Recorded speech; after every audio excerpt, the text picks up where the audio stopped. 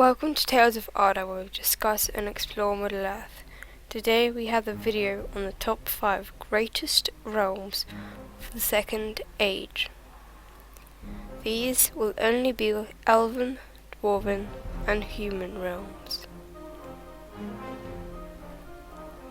In 5th place we have Lothlorien. You may know Lothlorien from the Lord of the Rings as being the realm of Galadriel and Celeborn. How they aided the Fellowship. In the Third Age, Lothlorien was not so notable as in the Second Age. It didn't have much land nor warriors. It was mostly closed off. However, in the Second Age, this was a very powerful kingdom. It was still placed where it is, but a lot bigger land-wise. The elves of Lothlorien would later be called the Galathrim under Galadriel. The elves of this land were mostly Sylvan. The first settlers were however Nandor, and when the remnants of the Sindar came to Middle-earth from Beleriand after the War of Wrath, Amdir became the new king, and they were named the Sindar. When came the War of the Last Alliance, Amdir and Oropher took their forces to aid Gil-galad and Elendil. Amdir took a large host from Lothlorien. During the battle, Oropher decided to not listen to Gil-galad and took his people and Amdir to attack the orcs. This would prove to be a massive disaster. Oropher and Amdir were killed, as were most of their armies. This place would later be called the Dead Marshes. Amroth, Amdir's son, became the new king of Lothlorien. Celeborn was not the king of Lothlorien because he didn't come out of that line, so he was the lord. Here ends the tale of Lothlorien in the Second Age. In 4th place there is Greenwood the Great. Its story partly intertwines with Lothlorien's. At the beginning of the Second Age, the Sindar prince Oropher moved from Lindon to Greenwood. The Sylvan elves accepted him as their lord. Here he formed the Woodland realm. Here Oropher ruled for most of the remaining age, until the War of the Last Alliance. Oropher answered Gil-galad's call for aid, and took his people to Mordor. The battles ensued, and Oropher decided to not follow Gil-galad's orders, and took his host to attack the orcs. However, the orcs were more in number than he had predicted. Oropher perished. Thranduil, his son, took back to Greenwood only a third of the host that had set out. This was the height of Greenwood's power, as it also was called Greenwood the Great. It would later diminish and be named Mirkwood. However, this would be in the Third Age. In 3rd place we have Khazad-dûm. Khazad-dûm was the greatest dwarven realm of probably all time. As Gandalf says in the Fellowship of the Ring, Moria's treasure was not gold or silver, it was mithril. Mithril was really expensive. The mithril coat that Thorin gave to Bilbo was worth more than the whole of the Shire. So imagine how much mithril they had in Moria. Moria was the only place to find mithril in Middle-earth. Numenor, however, was also a source of mithril, but that sank. We are also, of course, excluding Valinor, as it has everything.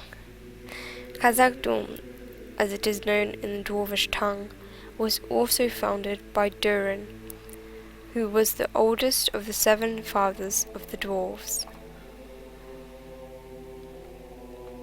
All the dwarf clans considered him to be the true king of all the dwarfs, and his legacy would pass on throughout the house of Durin. The dwarfs of Khazad-dûm didn't have a major role in the wars of the Second Age, but their story would be completely different. The dwarfs allowed the human and elven forces to pass through Moria to escape the enemy. These dwarfs were extremely rich due to the mithril in Khazad-dûm. They were not servants to Sauron. However, while diving deeper to find more mithril, they would wake Durin's Bane, one of the Balrogs of Morgoth. Moria would thus be abandoned. In second place, we have Lindon, the kingdom of High King Gil-galad. After the War of Wrath, the Noldor that refused the invitation to Valinor decided to dwell in Middle-earth. Gil-galad established a great realm in Eriador, and the elves accepted him as their king. This was named Lindon. Gil-galad became the last High King of the Noldor. He was in charge of the Grey Havens, Eregion, and also Rivendell. All of these were powerful in their own way. Gil-galad was good in strategy battle, but also he was a great lore master. On top of this, he was an invincible warrior. A leader like him leading Lindon is a great advantage. Another aspect that we must look at is the 3 elven rings. Gil-galad received one, Círdan received the other, 2 of some of the most powerful rings in Middle-earth, in one kingdom under a wise ruler. Lindon had to be one of the greatest of its time. There is only one that was greater in the Second Age. Before we reveal one, we have 2 honourable mentions. Arnor was established by Elendil in the north. It spanned a wide area and housed some great cities and noble men. Gondor similarly was founded by Elendil's sons Isildur and Anarion in the south. Minas Ithil and Minas Arnor were some of the most amazing cities of their time. The reason why Gondor and Arnor are not in the top 5 is because they would become powerful, yes, but they had just been established and hadn't risen to the great power as we see in the Third Age. Number 1 on the list is Numenor, the greatest kingdom of men of all time. Numenor, like Khazad-dûm, was one of the only places you could find mithril in Middle-earth.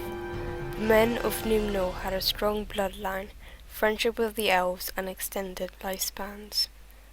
Although after time that began to decay. When Sauron attacked Middle-earth, most of it fell, and then the Númenóreans came from over the sea and crushed Sauron's army. Sauron's servants fled at the sight of the Númenóreans, and Sauron was astonished at their great power, and he surrendered. Sauron manipulated the people of Númenor to forget the Valar who they served, and to worship Melkor with human sacrifices. The people of Númenor began to fade, but there was always the faithful who still had friendship with the elves and worshipped the Valar. Ar-Pharazôn was the last king of Númenor, and by the will of Sauron a great army was built to defeat the Valar. At this time Ar-Pharazôn commanded the greatest naval force anyone had ever seen. However, before he could sail to Valinor, Eru destroyed the island and it was buried under the waves. However, Elendil, the leader of the faithful, would have left before, and they made their way to Middle-earth in 9 ships. The legacy of Númenor was passed down through Elendil and his sons, and the kinship lived on. Thank you for watching today's video.